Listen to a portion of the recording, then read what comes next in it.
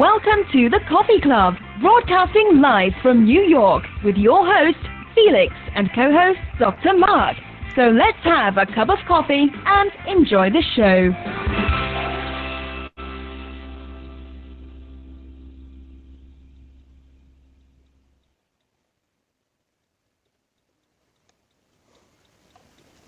Well, something is not working, that's for sure.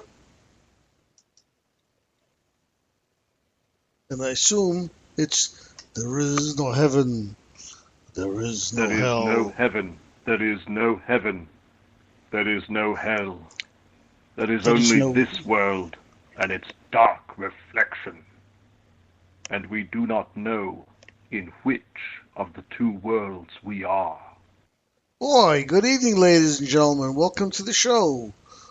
The Coffee Club. Coffee, is that who we are, the Coffee Club tonight? Yes, we are. And guess who you are? You are Felix. I'm Felix, and that's... I have to remind you. Dr. Mark, thank you. That's me. And that was a delayed start on Dark Revelations recording. I don't understand it. I think they're on 2015 time, that's why. They're a little bit behind. A little bit behind, I was just thinking about something... But I forgot what I was just thinking about. I was thinking that right now we're... Hello? Are we recording? Yes, we are. Okay, I was just thinking about something. And, I was thinking, there's a... They made a movie about you. What, Concussion? No, the intern. Oh, that's an old... That I saw that over the summer. It's very cute. You should go see it. Or you should try to get it on Netflix. Is that all? Oh, it was made in the fall, I believe. Okay. Who's in that? De Niro and... yeah, I didn't know it was that old. Not Keira Knightley. I don't know. Anne Hathaway. Yeah, it's very cute. Very cute movie. I highly recommend it. Yeah, it's about an intern about your age. Yeah. His wife was a principal who passed away, and he still lives in his house in Brooklyn, and he wanted something to do, so he applied for an internship, and he got it for senior citizens. It's like adult daycare, Yeah, same thing. Same as us. We're like adult daycare here. For an hour and a half, yourself. We are... Nah, come on. Our wives, nobody has to watch us for an hour or two when we're doing the broadcasting. Nobody's looking for us. Well, but they know where we are, so... Yeah, right? We'll give you a weather report, folks. If you're not in the New York or tri-state area, it's chilly out there tonight. I don't know about chilly. I'd say it's cold. It's windy. It's about 20 degrees. Let me tell you, I actually wore a winter jacket. That's only the second time so far. Tomorrow I'll probably be wearing it again because they're calling for more of the same. Yeah, and I think but by Wednesday it's supposed to go up to the 40s, though. It's supposed to warm up a little bit, I believe. Yeah, we're going to have a heat wave. Yeah, well, listen, 40s... Martha Reeves and the Vandellas. Heat wave, bringing me closer, closer. Don't know that one. Or maybe just the way you're singing it. I'm not sure. Well, I didn't exactly say I was on pitch, but I couldn't help resist, Yeah, well, we're going to find out what it sounds like when it is on pitch. No, we have to talk first. Don't put a song on yet. Come on. I'm not going to put a song. I'm just looking right now. You're looking. You could look later. Let's see, folks. Big day in politics today. Bubba is out there. Former President Bill Clinton, a.k.a. the big dog, a.k.a. Bubba, gave a campaign speech in Iowa and New Hampshire for Hillary. And let me tell you, he was very much the reserved, refined president, okay? He did not stoop to any of Donald Trump's shenanigans. For the most part, they're going to try to stay above the fray because if they respond, that's exactly what Trump wants. And you got to remember, this president was impeached, so they got to be careful what they say. Well, he was brought up on impeachment. No, it's called impeached. Oh. But he wasn't thrown out. Right. But he was impeached. Hey, listen. Which I never knew, because when they said he was impeached, how could he be impeached? He's still in office. Yeah, I was wondering the same thing, but yeah, it is impeached. Hey, look, he didn't do anything that Donald Trump didn't do. Okay, the only difference was that he was the president and Donald Trump wasn't. But Donald Trump was a billionaire who was responsible for many different things. But being a president, you would think could be above all that, which they're not. None of the presidents were. Well, look, I mean, let's face it. That. You and I discussed this. It's the fact that it's a 24/7 news cycle on cable. I mean, they have no right. People are entitled to a private life. Imagine if you were in the public eye. Would you want everything that you did or said to go public? I certainly wouldn't. Yeah. Well, listen. The thing that they said was different is actually Donald's ex-wives actually like him. Well, don't you understand why? With Ivana, he made billions. Okay, so she's got a very nice, lucrative settlement. Plus, she's set up in her own business. You know, she's doing extremely well. And as far as his older children go, he's always been very good to his children. I mean, he adores Ivanka. You know, he says she should be on the $10 bill. Yeah. You know, he adores Ivanka. I would assume he has a lot of respect for his two older sons. Yeah, and the other one, they all have good jobs with the other one is only 9 years old, so... yeah, I'm sure he adores them too.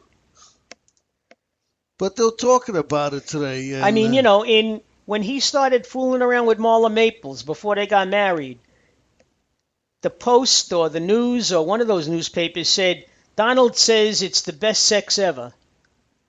Okay?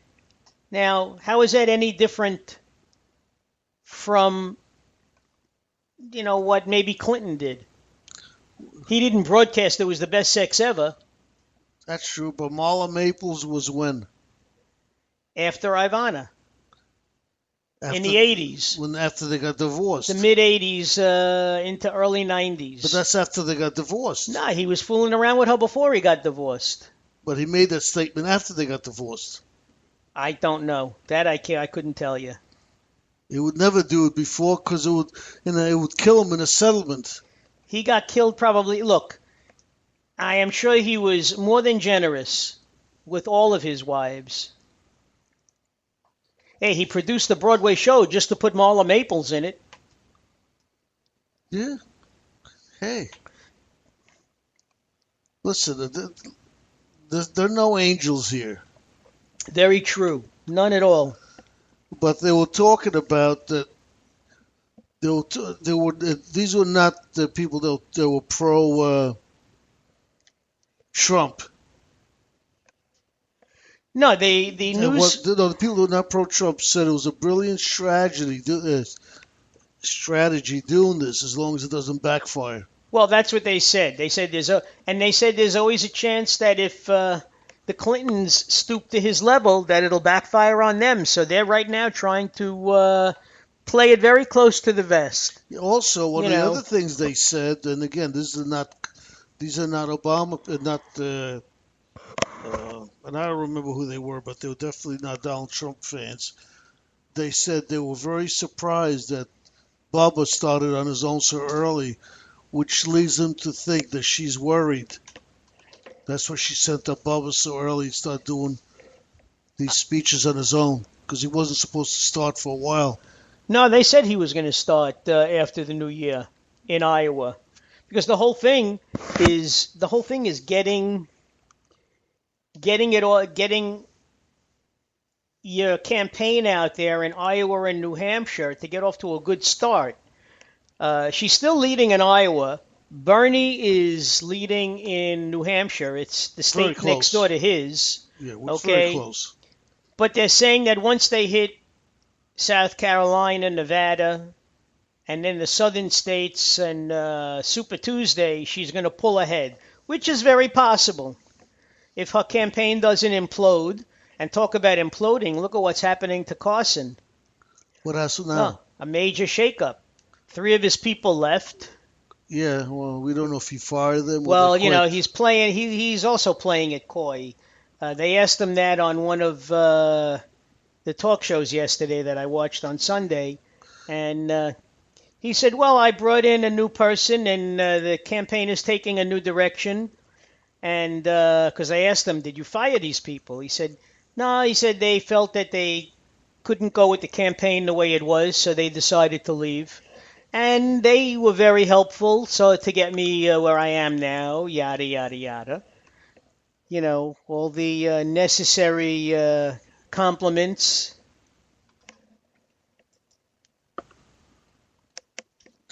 All right, yeah, but we'll see. Just don't know. But, when it will happen. The more killings in Israel, I guess, right? The machine gun guy. Well, that was last week. I think that was before. Or over the weekend. I don't know. Over the weekend, yeah. I don't think we broadcast about that. But they said that they know who it is. They have his software. All right, and already the family is coming out with statements like the guy wasn't right in the head, he had problems. That seems to be everybody's big thing, Either they say that the person is a terrorist and they're claiming credit, or they say, well, he's always been a bit off, Well, listen, you have to be a little bit off to be doing this crap. That's very true. I mean, who in his right mind does something like that, Exactly, so... In the case of San Bernardino, they had a husband and wife who were radicalized. And in this case, you have a lone gunman who was a bit touched in the head. Yeah. But Israel doesn't have the death penalty anyway, so the bottom line is he wouldn't face execution. Right. I didn't even know they didn't have it. There's certainly no way he's going to get off. I mean, he killed 2 people. Yeah, well, they may put him in a hospital for life. Yeah, and then you have the whole business in Saudi Arabia. Saudi Arabia and Sudan withdrew their diplomats from Iran because over the weekend or Friday, either Friday or Saturday, Iran killed 47 Shiite Muslims. So Saudi Arabia killed them. Saudi Arabia chopped their heads. Right, Saudi Arabia did because... The one cleric spoke out against the king. Yep. That's why. Yes. And many people would have their heads cut off if it happened in America. People talking out about Obama. There would be nobody left in Congress. There'd be nobody left anywhere. No, there would be nobody left in. Well, listen. His popularity rate is about 36%. No, he actually is still around 40. He's hovering 40%. Around 40, 42. So 60% of the population would have their head chopped off. Man, more or less. I still like him. I think he could have done a bit more, in foreign affairs. But I mean, look. You can't say that he hasn't in some way turned the economy around. I mean, the jobs that were outsourced to third world countries and South America, the bottom line is these people work for pennies an hour. And China, those jobs are long gone. What people have to do, they don't want to do it, but people in their 40s and 50s have to learn to be retrained to do new jobs. Otherwise, they're just never going to find a new job in this economy. Boy, you're starting to sound like a Republican. No, I'm stating a fact. I mean, it's tough to go back to school, especially when you've been out of school for 30 years. Exactly. Yeah. But the bottom line is they have to somehow figure out a way. Politicians. Well, I was thinking of becoming a porn star. Yeah. Okay. I'm sure there's a demand for 50-year-old porn stars. Ron Jeremy. Ron Jeremy's in his 50s. I wish I made his money.